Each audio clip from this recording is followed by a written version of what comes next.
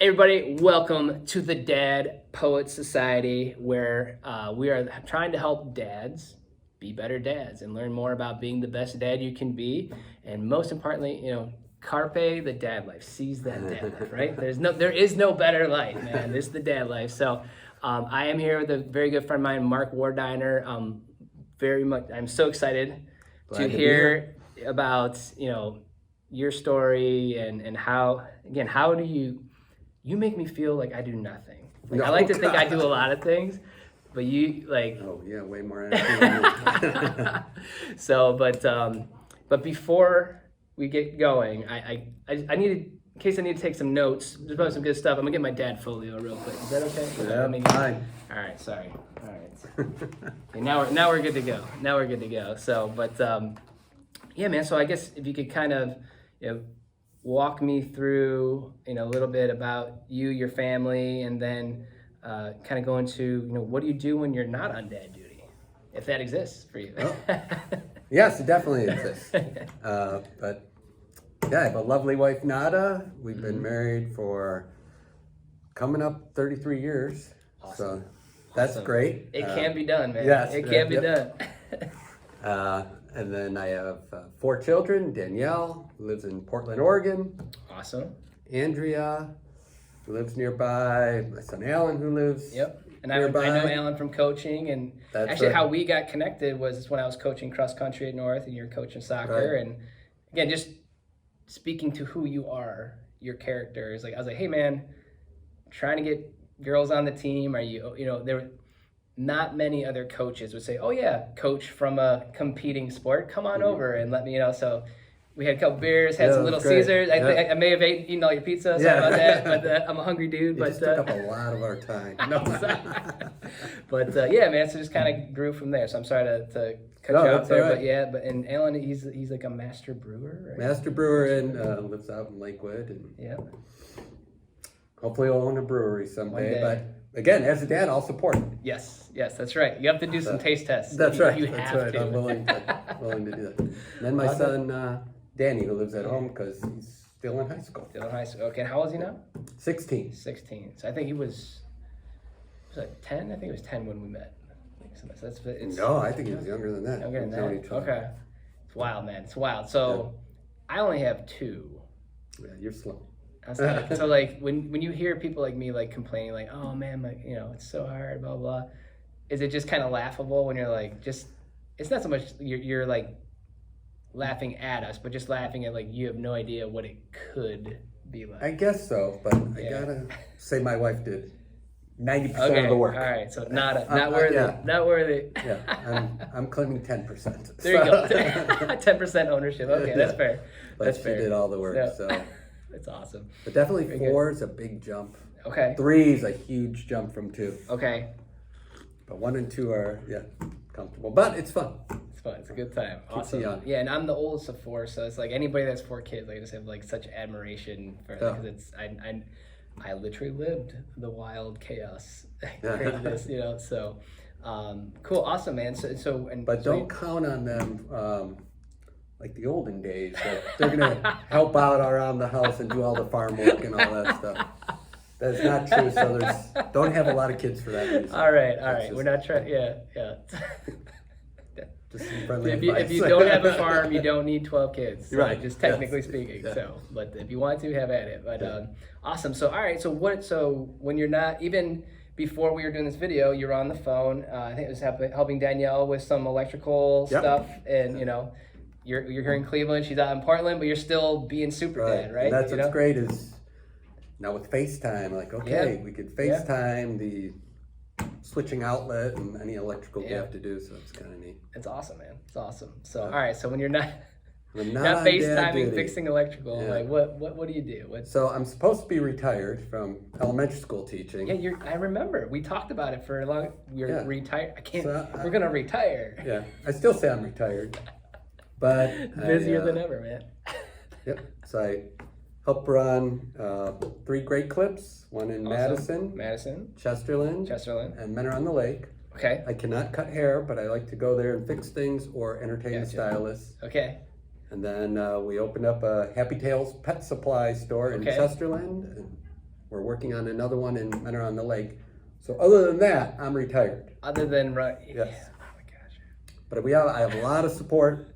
People that work for me, very supportive. Yeah. So I'm lucky. Yeah. Just lucky in that nature. That's awesome. I've met a lot of great people that are willing to help out. And you feel like so. Again, it's your family, right? You're not all dads, right? So but it's and maybe some dads watch this, like you're kind of pulled so much away from your family for whatever reason it might be. But this is kind of like hoping that you can see you can have all kinds of stuff going on, but you can still do your fatherly duties and still make it happen. And it's work, but you feel like it's also important for you to be the best dad at home. Is you gotta find that, not necessarily blood family, but kind of that team, and you're talking about having a lot of support outside of the home, at work, in your business. How did that kind of come about, or is that something how do you focus on making sure the environment, the work environment, is fun and caring? Yeah, one thing I wouldn't recommend that I do, I jokingly will fire certain stylists. I will ask them as they're cutting hair for a customer, I'm like, didn't I fire you 2 weeks ago? And then some of them actually bust it back and they'll say, okay, I'll leave now, when they know I can't cut hair. So I try and build a good relationship with them. So again, read the room. Make different sure sort of way. You've established a relationship. Yes. So, but if I tell them I just love how you build great relationships. You fire them. Oh my gosh. All right, so go ahead. Sorry. No, but they're awesome. If I say, all right, I'm going on vacation with my family for 3-4 days, they won't contact me unless it's some dire emergency. They'll try and solve all the problems. That's supportive. That's awesome. I mean, that's awesome. I'm lucky in that respect, and that's all the businesses across the board do that. And I don't tell them, don't call me, but they just do it. They're that good. Well, I feel too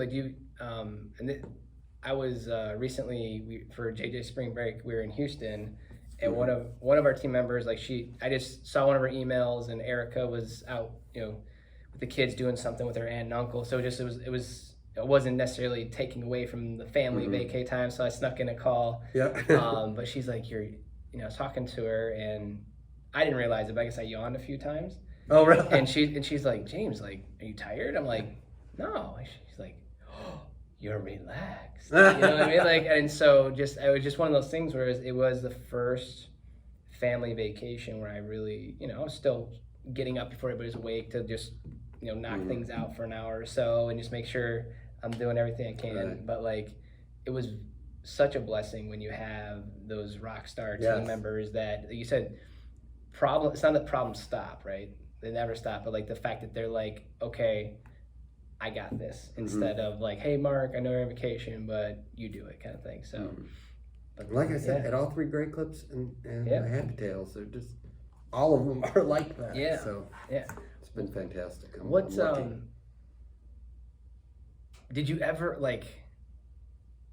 ever see yourself in hair care and No. pet supply? What?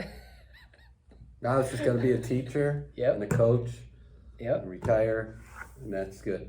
So there's a few people to blame. My brother, who established the success of the Great Clip salons. Okay. And offered to sell it to me, and I was getting closer to retirement. So I thought that'd be a lot of fun. Yeah. And then the Happy Tails Pet Supply, we got a dog. My wife made me get a dog. So being a good dad, good dad and good husband. Gotta My get wife a dog. and son wanted a dog. And then I'm like, well, maybe this pet supply business would be fun to do. Yep. So, Yeah.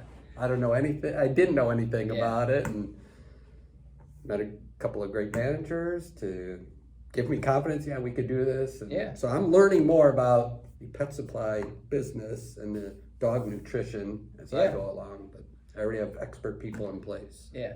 So I guess for the dads and just anybody out there that could be watching this, like that's something where I feel like so many people, especially if they're like they want to go into business, or if they want to take like the fear of I don't know, right? Or even the fear of saying out loud, I don't know. I think that's one of the best things I've got. When I officially took over the team, like I noticed like my job is to be interrupted, right? It's not just, oh, James has to go in and do this today, right? My job is to support the team and all that, but like I gotta get very good at saying I don't know, and I gotta get very good at saying I was wrong. And I feel like a lot of people, they're just afraid to make a mistake, or they're afraid that they don't, like, I don't know everything, so I don't want to start. So I guess what are some things that maybe you could share, like, hey, if someone's looking to start something or do something, but they're afraid of, well, I just don't know. Fear of you're gonna have the fear of the unknown no matter what. But like, I'd say definitely, if you're married, have support from your wife. Okay, all right, okay. And you need family support. Yeah. That helps give you confidence. And then admitting you don't know, because I feel confident, like I could start a lot of business without knowing anything.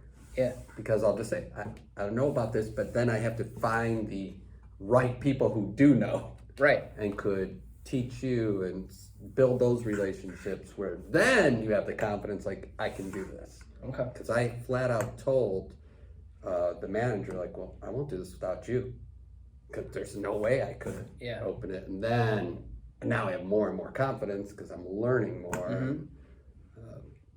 And that's it. Just be open to, like you said, admitting you don't know it, and then find the right people who could allow you to know it, as long as you have the interest in it. Right.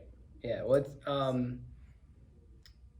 I guess too, is there anything that, and to Mark's credit, like not like you are the most humble person I know. Like you're never walking, well, I did this, blah, blah, I did this, blah, blah. But like, yes, I think you are naturally humble. I think you're very self-aware. Appreciate you saying but like just to not let, especially when you had the success of the past businesses, to not let your ego blind you to like, I figured this out, so I can, like, how can people make sure that they're not kind of like, they're not kind of intoxicated on their past success going into a new adventure?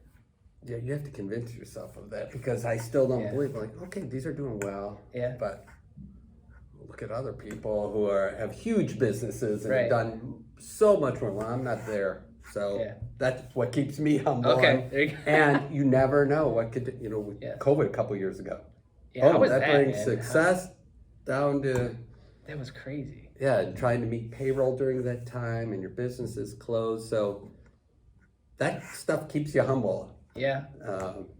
But I'm also older. So if I was in my 20s and in the same situation, I'd probably be uncontrollably cocky, and not a real likable person. Who's that guy? Look at me. Yeah, that's exactly what I'd be. Like, I gotta get the fanciest car, or even a bigger house, or something like that. Yeah. That's how I would have been. But this, my 20s. So right now, I look at it as, okay, I'm lucky, I'm fortunate. I want to keep that up. And there's people doing way more than me, so keeps you humble no matter what.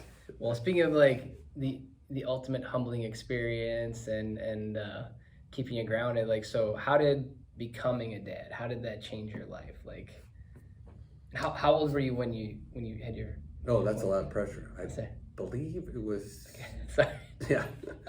I didn't know it was the pop quiz. So. No, I kind of actually, I know you can't plan everything out, but I kind of planned it out. I think it was when we were 26 because I wanted Okay. 26, 28, 30. I didn't hit those marks, Gotcha. but those are the first three. And Well, 26. I mean, still but- that's young. yeah, because we got married when we were 25. Okay. So it was either 26 or 27. Okay. That's when we had our first kid. I could do the math in my head and subtract, but the change is, again, I give credit to my wife because I was fortunate.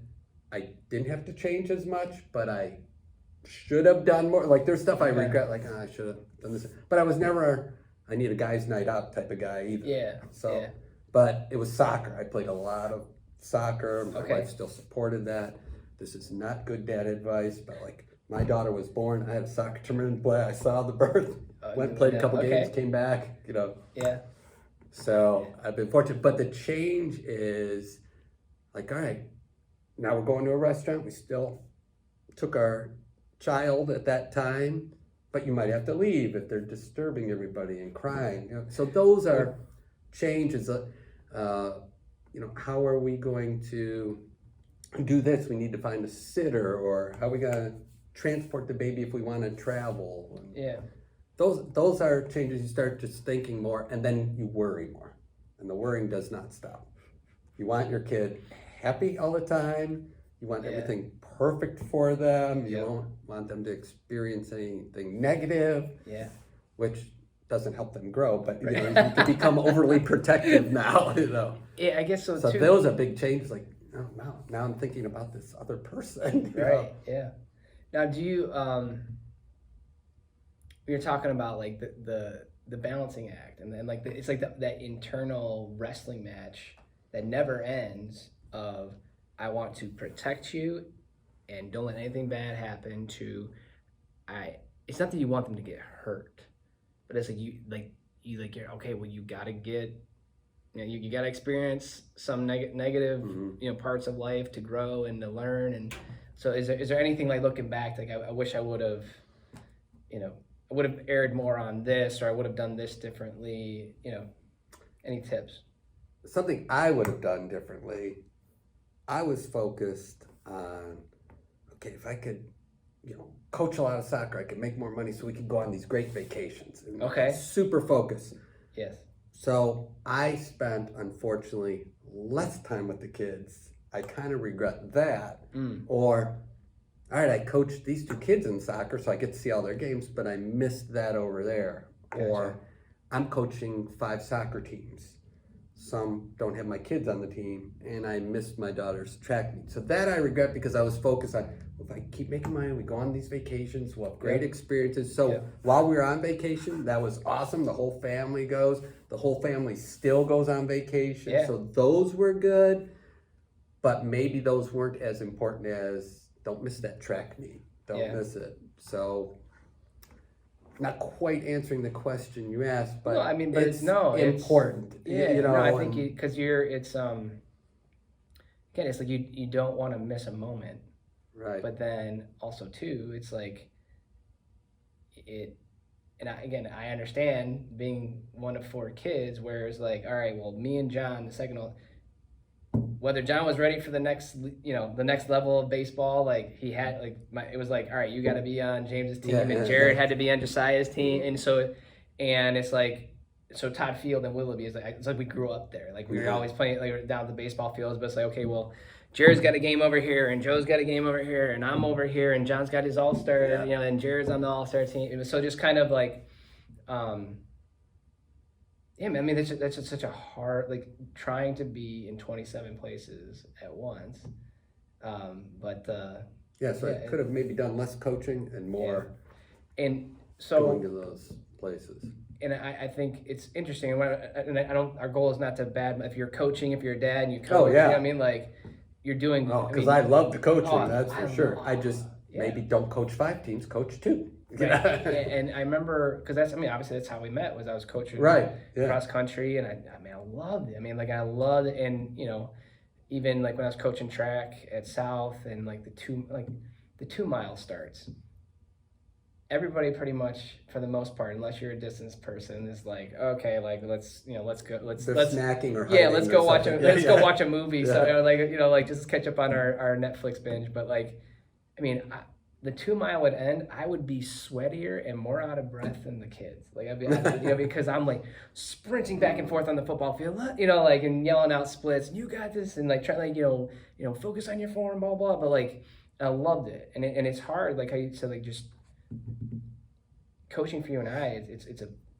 love, man. It's a wonderful experience. But I remember I get with coaching because I had to like stop my business day, go coach, and then so it's like I was working later. I was getting up earlier and working later just to make up for the time when I was coaching. Right.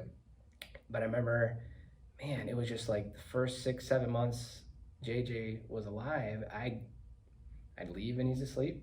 I'd come home and he's asleep. And I remember standing over, like, it was like just bothering me. And I remember like standing over the crib and I still like see it in my mind. And like, I remember this moment just like, I'm missing it. I'm missing it, man. Like I'm missing my son grow up. And it was like it was just so weird because it was the first time like I went to we had an invitational, and usually the world could be burning down around me and I could care less because I'm at a track meet and I'm in my glory. But it was the first time I'm like, I'd rather be home. And it was so, again, it's like one of those things I couldn't necessarily control, but it was just something that kind of leads to like that change in you starts to happen. But still, so that happens. Do you think that I said, hey, fellow coaches, I need to stop, I need this? No, I definitely did not. I kept coaching, and then we found out we were pregnant with Julia, and Erica's like, no more coaching, and so just kind of like, again, she's talking about like, Erica is so supportive in all my antics. I mean, all this stuff, right? So just, but it was just one of those things where I'm very blessed. And I know, dude, not as an amazing person. So it's like you and I won the lottery with with wives, right? But it's a lot of times you need them to kind of step in sometimes and be like, hey, but just. But yeah, it was very hard for me because I felt like I was like letting everybody down, and I didn't want to stop coaching, but it's just kind of like, man, the schedule is every weekend. Yeah. It's you can't not show up, and but I miss it. But that was like one of the things, and thank you for sharing this. Where I'm coming back, we're talking about don't coach 5 teams. Is like I've kind of vowed to be like, do I want to be a coach again? Yes, but I always want to be a coach with whatever my kids are doing. I want to be the most distant volunteer coach that like I'm gonna support everybody, but like left to my own devices, I'll get sucked right back into it and I'll obsess about it, and I'll be like, I know you guys are only 8 years old, but we're going to national, right? We're going to the championship, you know what I mean? So but thank you for that, because it's a struggle, man. That's a very, it only took me 35 years to learn that lesson. So like I said, I would never have stopped. But you as a teacher, though, it was just like, I originally went to college to be a teacher, not because to be a teacher. I found out that was way too hard. That's why I stopped doing it. But like, I just wanted to coach. So like, I feel like too with you, it was such a more natural. So I was a coach first, and because I like coaching, because you became because you're like the same person. Or I was coaching at Riverside Girls Track because my sister was head coach. Okay. So you're teaching an athlete who's never high jumped before. Now they're going over the bar backwards. It's like, that's rewarding. Yes. They didn't have to be the best at it. It's like, wow. Yeah. You couldn't do it. Now you're going over backwards. Yeah. That's a lot like teaching. You're teaching something they don't know, or guiding them to discover something. So that was awesome. But we do have a family joke, which is funny but sad, is, kids be like, oh, remember this situation? I'm like, no, where was I? And everybody always yell out, you were coaching. I was coaching. And then I didn't get to see my oldest daughter figure skate much. I forgot where we drove. She was in college. Okay. And I had like goosebumps and I was almost in tears. Like, I finally got to see her figure skate. This is the coolest ever. Yeah. But then I regret how many figure skating competitions had I missed. Yeah. So I try and make that up. Unfortunately, Danny's got to pay the price now, because now I'm trying to be at everything. But then the dad fear. Everywhere Danny is, Mark's popping up. Hey. Yeah. But there's that dad fear, like, that you want that kid to, you want him to succeed, and Yeah. Like, okay, do you feel good about your time, or Yeah. the height you pole vaulted? Are you okay? Does that feel Yeah. good? Then I'm happy. You know. Well, that's what speaking of coaching and like JJ playing soccer last fall. It was the first time I had to experience not being the coach, Mm-hmm. and it was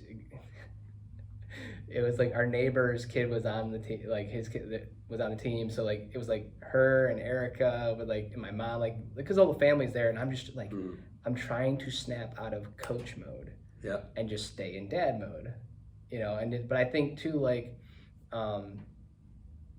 you and I are very much wired like the coach doesn't turn off, like the Right. dad, the way we parent is, I'm assuming, is very coachy. Mm-hmm. Or very, like talking about like the teacher in you, and like trying, like you started here, now you're here. Doesn't matter if you're like world record holder Right, or there, right. but like the fact that you started and now you can do it is cool. But like, yeah. So I guess has that been a interesting struggle for you of like you're not the coach, but like that's the coach never leaves you. It's still there. The hard part is like don't complain about the coach to others. Unless you're willing to step into that situation. So that's what you got to fight off. Like, well, if I was coaching, I'd do this. Well, keep it to yourself unless you're willing to jump up. Now, if you're willing to jump up, go ahead. Then, but I think that's the hardest part, especially if it's a sport you're very strong at. Yeah. And now you're watching your child be coached by someone else. And, geez, you do it differently. Just got to keep it to yourself. And now as a dad, too, I try and at a soccer game, like I'll try and sit way down at the end. I don't want to hear parents talking about the coach. I don't want to get involved. I just want to watch my kid play. And, Danny, I assure you, I'm here. Just try to stay away from the drama. Right. So, and I just, it's like, all right, you watch it and you just hope your kid doesn't make a mistake. That's the parent part. It's like, please don't make a mistake. I hope everything goes well for you. Yeah. Well, so I think that's kind of a perfect transition. So the next thing is like, what do you love about being a dad? And I think you kind of like mentioned quite a few things already, but like I feel like this is something where too you're able to love it more and appreciate it more. But like so what do you love most about being able to be at these things for Danny, and just kind of again fixing via FaceTime, electrical work? Like, I mean, like what I what love are the things most you love? is because I'm older, just the changes, and I'll use Disney World as an example. Okay, kids are young. What do I love most? Seeing the smile on their face, and of course putting the pressure on myself and my wife, like we got to see the character, they got to get the character out of this. Well, they did, that's awesome. And they get older, there's a different interest now that Danny's 16, the rest are in their 20s. Oh, now we go to Epcot, we're actually paying attention to the countries and we're sampling food together.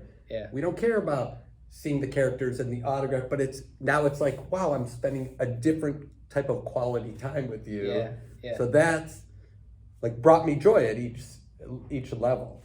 So, and I guess same with sports, just watching them when they were young, learning how to do something, and now they're better, or now they have a different interest. So I just enjoy how relationships have evolved and how you relate to your kids differently as they get older. That's a lot of fun. So instead of, all right, now they're not doing sports, they can't necessarily make it to sporting events. There's a brew contest, we try and go to Allen's Brewery, or if they need help at their house, you try and fix something with them. That's awesome. So it just evolves, so that's kind of cool. And so like obviously, it's keeping that relationship. Like I know for me, I think we were kind of talking about this earlier, where it's like up until about a couple weeks ago, like everything I did, everything I said, like JJ was all about it. And it was like the first time I'm like, oh JJ, what if we did da da da da? And he's like, Dad, people would think I'm weird. I'm like, what? Like I'm like, whoa, dude. So just kind of it was that first moment of like, okay, like now it's not just this automatic connection and relationship, and we do everything together, and everything we do is fun, blah blah. So just how do a lot of parents don't have the relationship with their kids still, or especially with a bigger family. It's like, well, hey, why, the one kid moved across the world and they don't talk, and just so like, Yeah. you know, and again, anything can happen. Like, you know, life's unpredictable, but like just you know, and there's all different reasons, right? Like every family Right. has drama. Like every family, like if you live together for your entire life, like you're Yeah. gonna have scars, PTSD, Yeah. you got it all. But like, so I guess, has there been anything that you've been able to like that has helped you maintain those relationships, as they've changed? Like, how have you adapted to that? They've changed me in different outlooks. Okay, all right, well, I'm writing that down. And again, things that were Yeah. okay Guess they do to change say everything. or viewed as okay to say are not okay to say nowadays. You Yeah, know, nothing yeah. real bad, but like my kids have pointed out, or they just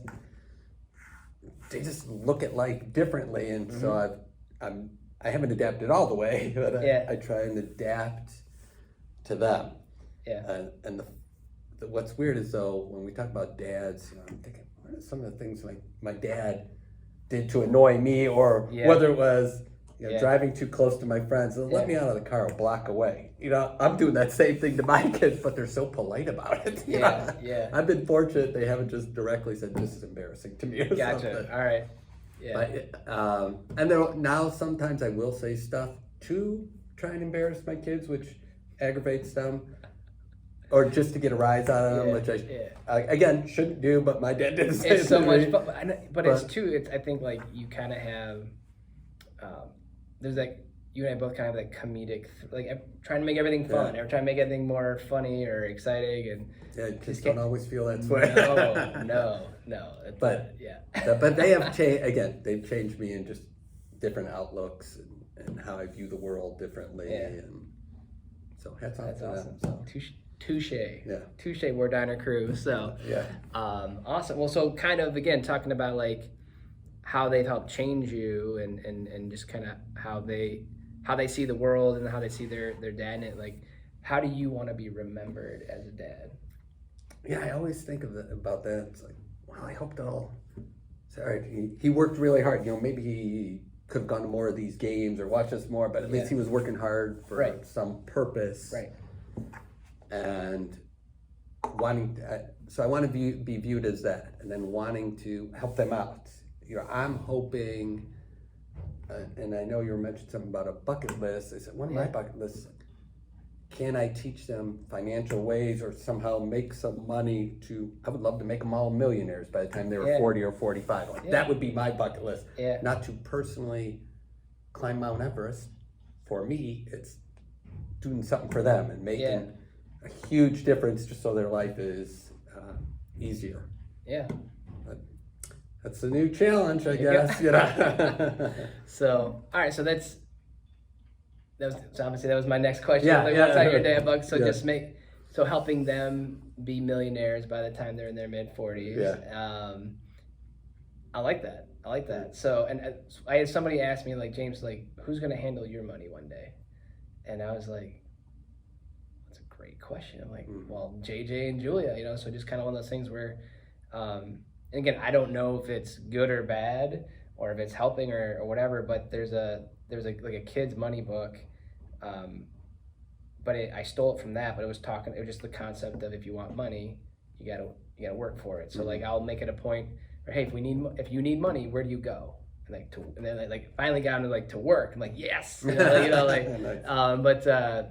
But like if we're paying for something, like regardless what it is, I hand the credit card to Julia or to JJ, and I had hey, do cookies cost money? Does this toy cost money? Or when you and mom go to Target, does everything at Target cost money? So just kind of and we're at so buddy of ours, he owns the Willoughby Pulp and the Madison Pulp, and we're at the Willoughby one, and I had JJ and Julie, a little dad date kind of thing, and we're standing in line, and our neighbors were the Easter Bunny and brought over his legs, and it was $2. They each got $2. So it's all right, JJ. Well, Julia had her purse with her $2 in it, and JJ had his wallet with his $2 in it, but like we had gone to other places, and every time I'm like, all right, I'm like, well, hey, do you wanna pay for this? And like, no, and like JJ's always like, I don't want to waste my money. But we were at Pulp, I'm like, well, JJ, would you want to help pay for your smoothie? He's like, no, Dad, I don't waste my money. He's like, I just want to waste yours. Like, all right, well, that's good that he's at least holding on tight to his stuff. But yeah, man, the money is a wild thing to try and teach, but it's important, and that's cool. Yeah, and some of my kids are right. Sometimes like, I wouldn't buy that extravagant, buy this, or you don't need X amount of shoes. Yeah. But you also don't want to overstep and tell them. And I would say I was fortunate my parents didn't do that to me. They didn't overstep, even though like I bought a motorcycle. Yeah. I'm sure they didn't like that. I was out of the house. Yeah. But they never mentioned like, oh, you shouldn't waste your money there. You should have done that. So that. Yeah. Well, that's hard not to do because well, you talking about like earlier, talking about like became a dad, and like I'm worried about but it's like so you got the motorcycle. I'm sure the worry meter went up quite a bit. Right. And as soon as my first child was born, I took a picture with her. Yeah. And then we sold the bike. Because I was worried about myself. What if I get an accident? But I guarantee, my mom was worried when I bought a motorcycle. Yeah, and I think too, talking about like how you want to be remembered as a dad, and yes, it's kind of like the cliche thing that you see in the movies or a TV show, but it's like it's like motorcycle was fun, but now she's here, so I'm gonna. It's you start to like.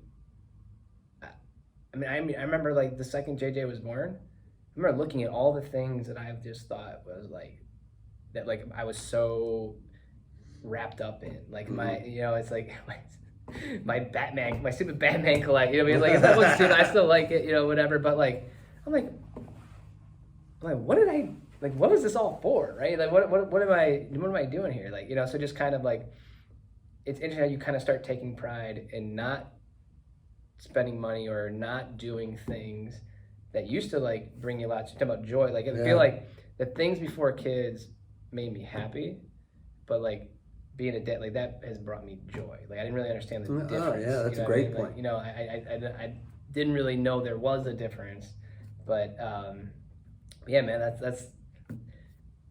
You enjoy watching them get older and succeeding, but you still worry. God, so you cannot get rid of the worry at all. Yeah, a buddy of mine. This is a couple months ago. I think we were chatting, but he's like James. Just his I think his girls are seniors at Madison. I think they're twins, but like, he's like, James, just remember, little kids, little problems. Big kids, big problems.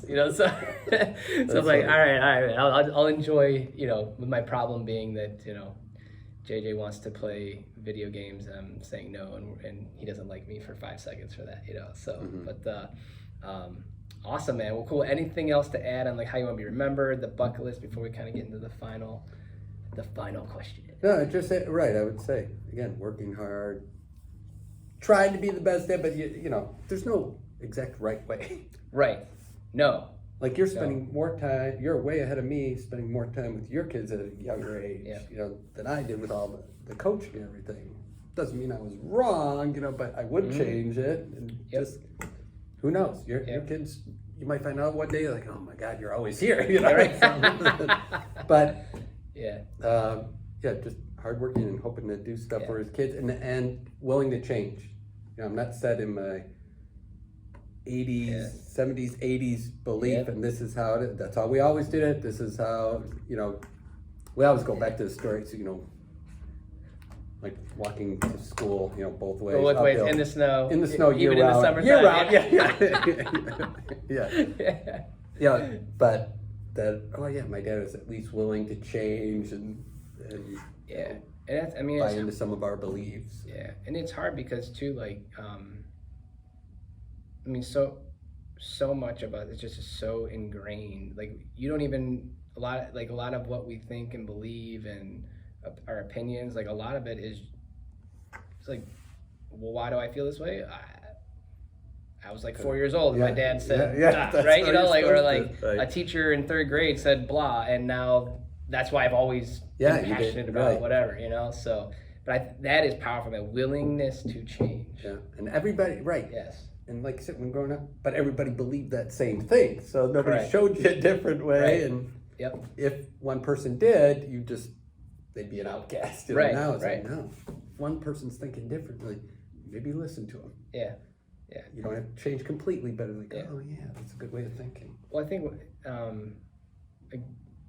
I'm for the first time kind of thinking about this too. Is like your kids are kind of like your board of directors for life, kind of. Don't you know tell what I mean? them that. Don't but tell you're them. right. That's a good idea. A board of directors that cannot Yeah. fire you, right? Yeah, You cannot- yeah. That's a good. You're an unfireable CEO, but but yeah, it's like that. You know, they're able to kind of give you that feedback that maybe don't want to hear but need to hear, kind of thing. And Right, because I would think without them, Yeah. you're gonna be pretty much the same unless you come into contact with outside people that build a relationship with you, that are now willing to tell you. Yeah.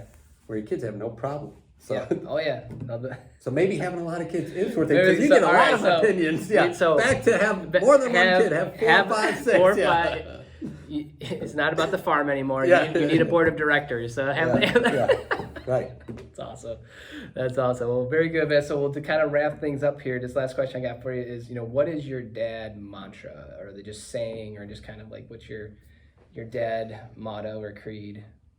Yeah, I've thought a lot about that, and it's like I can't come up with one thing, but just always keep pushing the envelope and willing to change. Push the envelope, willing to change, and keep pushing forward, rather than just sit stagnant and like, okay, not that you have to open a billion businesses, Right.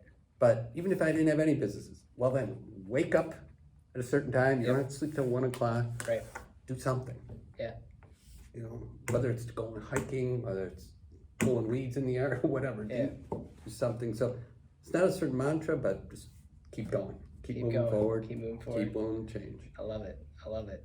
So Well, thank you, man. Appreciate you being here. Thank My you for pleasure. hanging out with us. Been And fun. so definitely, you said they changed me, like that, like let yourself be changed. Yeah. You know what I mean? Like let your embrace the change. Don't fight it. I mean, like I feel like too, it's hard when you're like becoming a dad. Like that's why I like my fake #1 dad coffee mug. Like the paper cup thing was just kind of an idea that we had in another video. I was like, being a dad is kind of you become the paper cup of life, where it's kind of like, hey, we'll pull you out when we need you, kind of thing, right? But just no, I mean, it's just so powerful. Like being like change is hard. Change is very hard. And my kids will tell you. Yeah. So we're just but yeah, but talking about pushing the envelope, I feel like that's keep pushing your envelope and keep pushing towards your positive change that makes you a better dad. And just like if you become a better dad, you're a better everything, right? You're a better husband, you're gonna be a better worker, a better friend, a better everything. Mm-hmm. So I totally agree. So awesome. Very Fantastic. good. Very great. good. Awesome. Appreciate you being here, my man. Thank you My so pleasure. much. Thank you so much. And we'll catch you next time. And until then, carpe the dad life, seize the dad life. There is no better life. Talk to you soon. Dude, that was awesome. Awesome. That was good. awesome. That was good.